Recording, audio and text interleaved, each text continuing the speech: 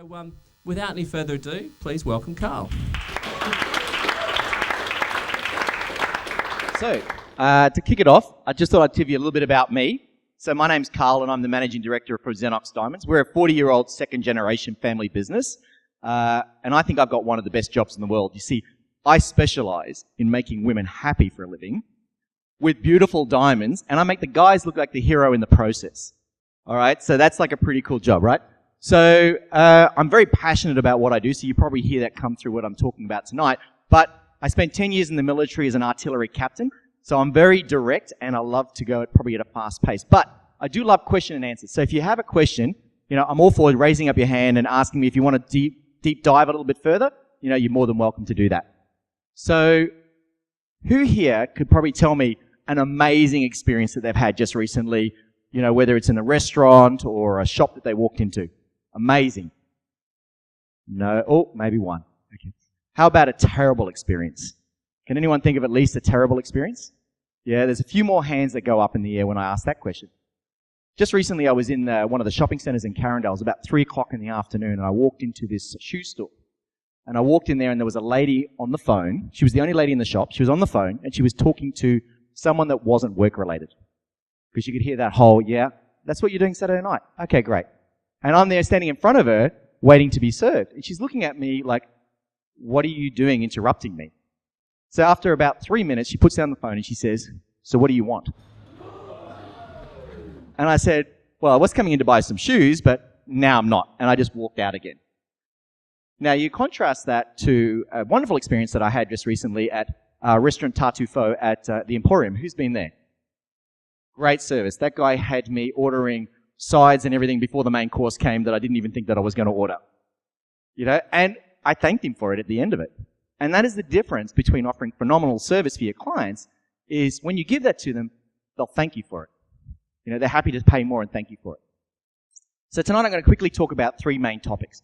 Number 1, what I see is the experience economy. Number 2, we're going to be talking about world-class service. And number 3, we're going to talk about what I see as giving a return on your client investment. So what I've probably seen over the last 2 or 3 years is us moving from what I see as a transactional economy. Transactional economy is kind of like where you go into the shops and you give money for something and they give you a product back. It seems like a very easy one-for-one exchange. And I think those times are really changing. Where I think we're moving to is an experience economy, where people are wanting a lot more than just the goods that they're getting.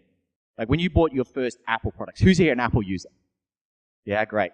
As opposed to Android? There's a few more than usual. Okay, so one of the things that Apple does really well is they make you feel like really amazing about the whole experience that you get when you go there. And all the research is supporting that. And I'll go into that a little bit later. That picture always reminds me when I took my 90-year-old grandmother to watch her first 3D video. Really, totally freaked her out.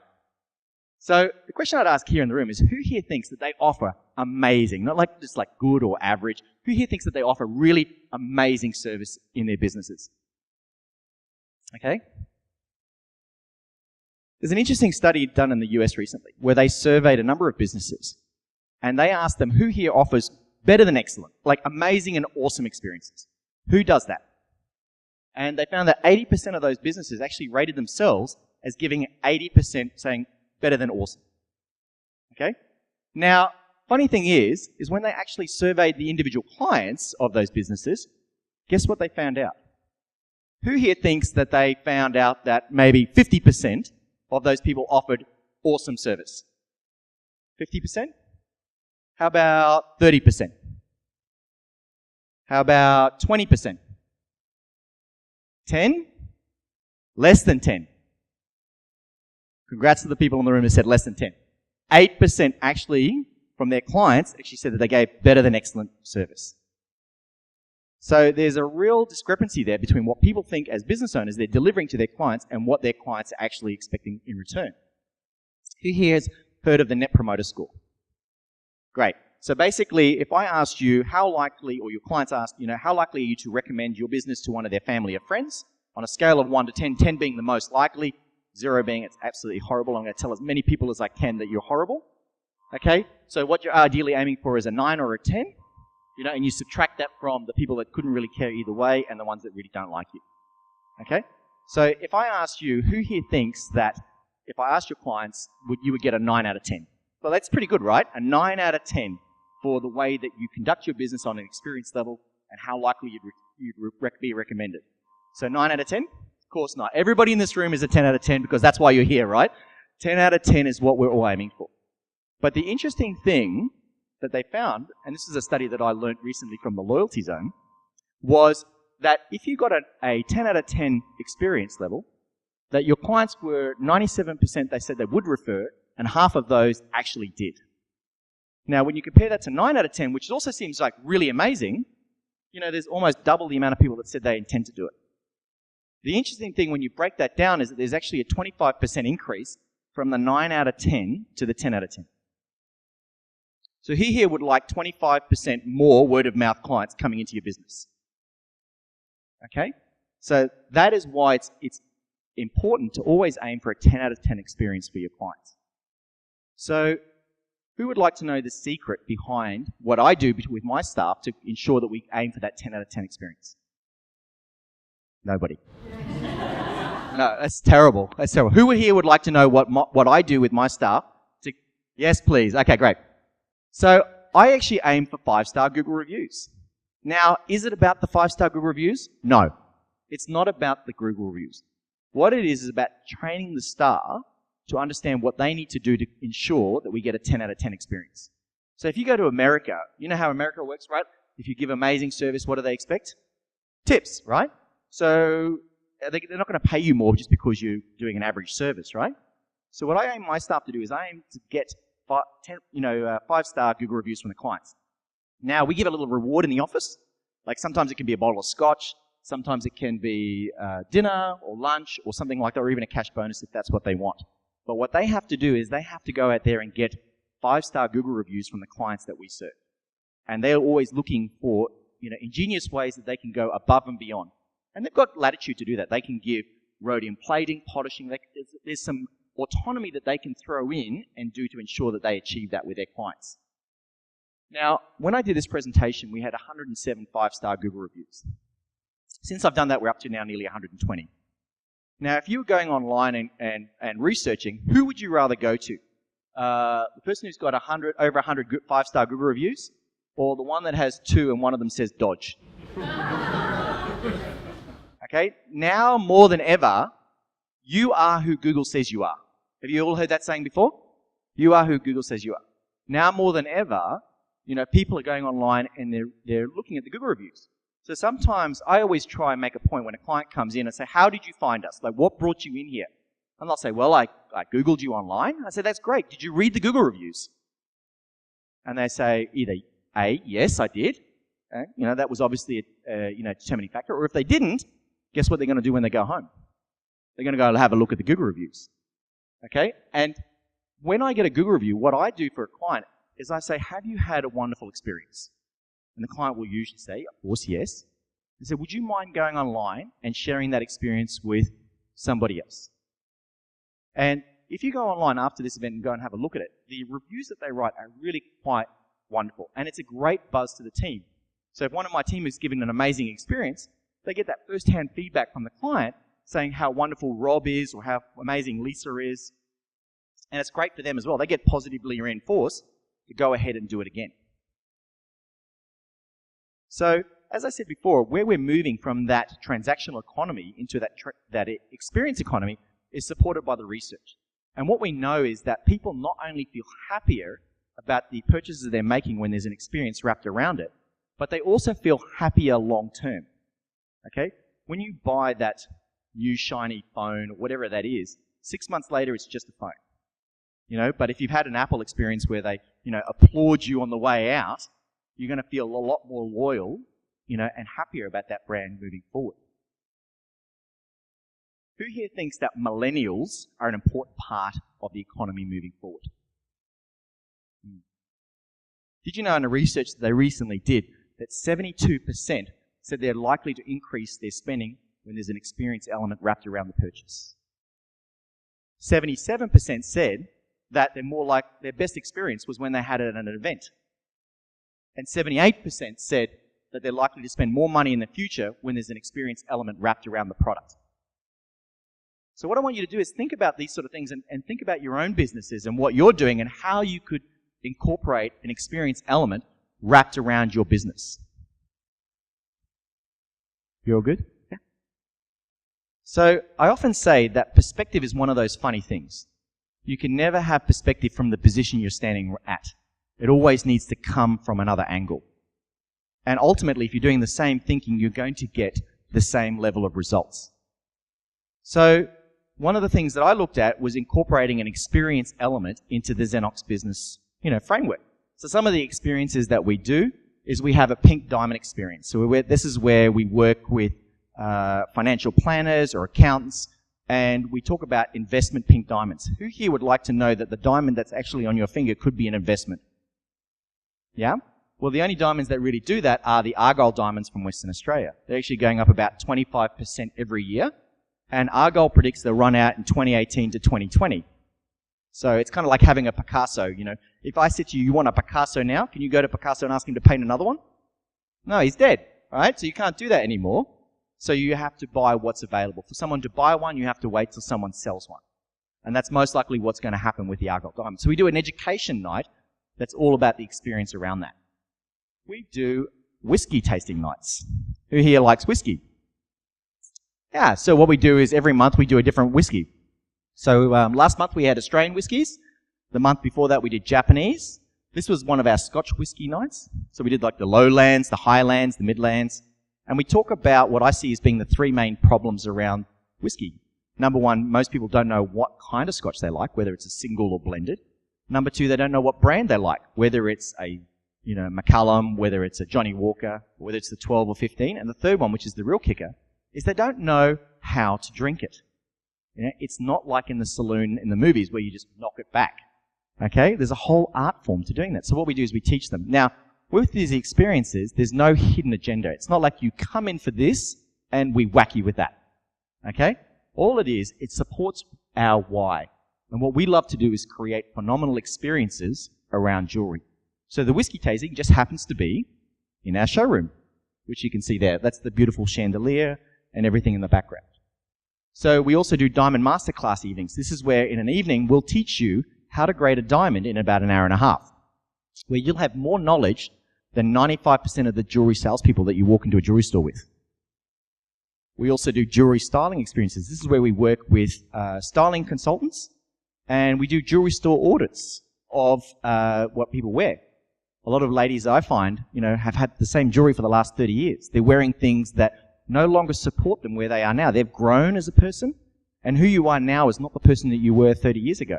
So why should the jewelry? I mean, who here has clothes when they were 18? Anyone? Don't fit? Hypercolor t-shirts. Anyone got hypercolor t-shirts? No. Okay, so that's what happened back then, and we've moved on, right? So why is incorporating an experience element important into your business? Well, what I've found is that you often have less competition because you're willing to do the things that other business owners are not. You're more likely to have more profit because you're not competing with anybody. Okay, so you can charge more, and people are happy to pay for that. If someone makes you feel really good about your experience, are you happy to pay for it? Do you really think that Apple phones are really worth $7 or $8 or $1,000? No, it costs them significantly less. People are happy to pay for that because of the experience they get. I've often found that people have a faster decision process. So from initial meeting to when they actually close the deal, it's actually faster. There's also a higher conversion ratio. So not only myself, but my team are able to close a higher percentage of the sales that they get. So out of those ones, which one do you think is the most important? Do you think having a faster decision time would be important? Let's show of hands for that. Okay, what about more profit? Who would like more profit from the sales that they get? Who would like less competition? Who wants all of the above? Okay? So maybe that incorporating an experience element could be something that you might be important for you. Now, the world-class service standard, this is something that I came up with a framework. Now, for all of the people that asked me when I got here, are there any samples? No. But one of the things that I teach my staff to do is to give every client a gift. Now, what exactly does that mean? Well, what I like is for them to be greeted within 5 seconds of entering the store with a warm greeting. So, good morning, sir, how are you? My name's Karl. Welcome to the showroom. Okay? Has a very different ring to it than what do you want? Okay? So that's the introduce yourself. The next one is called find out their story. So what actually led me to the inspiration behind actually introducing a Scotch club into my business was I had this interaction with this client. He came in one day and he went straight to the couch. The lady gravitated towards the diamond counter as they normally do, and he was sitting there. And I went over to him and I said, mate, I said, you look like you're absolutely knackered. He said, I am. I said, how many of these stores have you been to today? And he said, this is the 5th one. Now, in jewelry store terms, that's anywhere from around 5 to 6.5 hours of jewelry store shopping, which is about 4.5 hours more than any guy can usually handle. And I said, you look like you could use a drink. And he said, absolutely. I said, would you like a beer? And he said, definitely. So I went over and got him a drink. Now, he got up off the couch and he walked over to his partner and then became re-engaged, because at that point he was disengaged. So he became re-engaged in the whole process, and about half an hour later they were walking out with an engagement ring. It's also about that level of engagement. Sometimes I have clients who come in on a Friday night and I pour them a scotch. Do you know what the first thing they often ask me? Are you going to have one too? And now there's 2 of us enjoying a scotch standing on this side of the counter rather than me on this side and them on that side. And it's all about, well, what is it you want? How can I help you get that? And how can I make this simple and as painless and enjoyable as possible? So getting to know them on a deeper intrinsic level is all about finding what their story is. Perhaps my favorite element of that framework is about transforming the experience. And this is something that I do with every single client that I'm with. And the whole time, from immediately greeting them to the moment that they've either left or that they've chosen something, is I'm looking at them saying, how can I transform this experience? How can I leave them leaving happier than when they arrived? How can I incorporate a surprise and delight element into their experience at Xennox? It could be something as simple as charging their phone. I had a client recently, well, not so recently, but Friday afternoon she came in and she was picking up her wedding rings. And I could see her phone going 2%, 2%. And I know for me, I choose through my battery every day. Every day I have to charge it. I can't go longer than a day, and sometimes I have to charge it within the day. And I said to her, while we're finishing this off, would you like me to charge your phone? She said, would you do that? I said, of course. She said, because I'm about to go out this evening, and I'd hate to be out as a woman on my own and not have my phone charged. In case of emergency, I need to call somebody. So while we're sitting there, I charged her phone. Now, what would her experience be like, and how would she communicate that to her friends, when she left? So those are the things, whether it's organizing to ring a restaurant and make a booking, there's nothing that I wouldn't do for my clients. And the way I teach my staff is, if you had a loved one, what would you do for them? And the answer is anything. Would you make a reservation? Would you ring? Would you do anything? Would you order a cab? You would do absolutely anything that you could. And that's the way I always think about my clients. I don't think of them just as, somebody that's come into the store. It's about, what can I do for you that would totally transform the experience that you have here today? So a lot of the times from a business perspective, I look at the return on a client investment.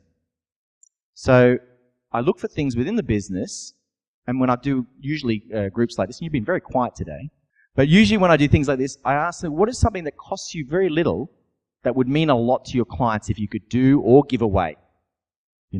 So it's that sort of return on client investment. So when I was designing our new showroom that we have, some of the things that I looked at incorporating was air charge units.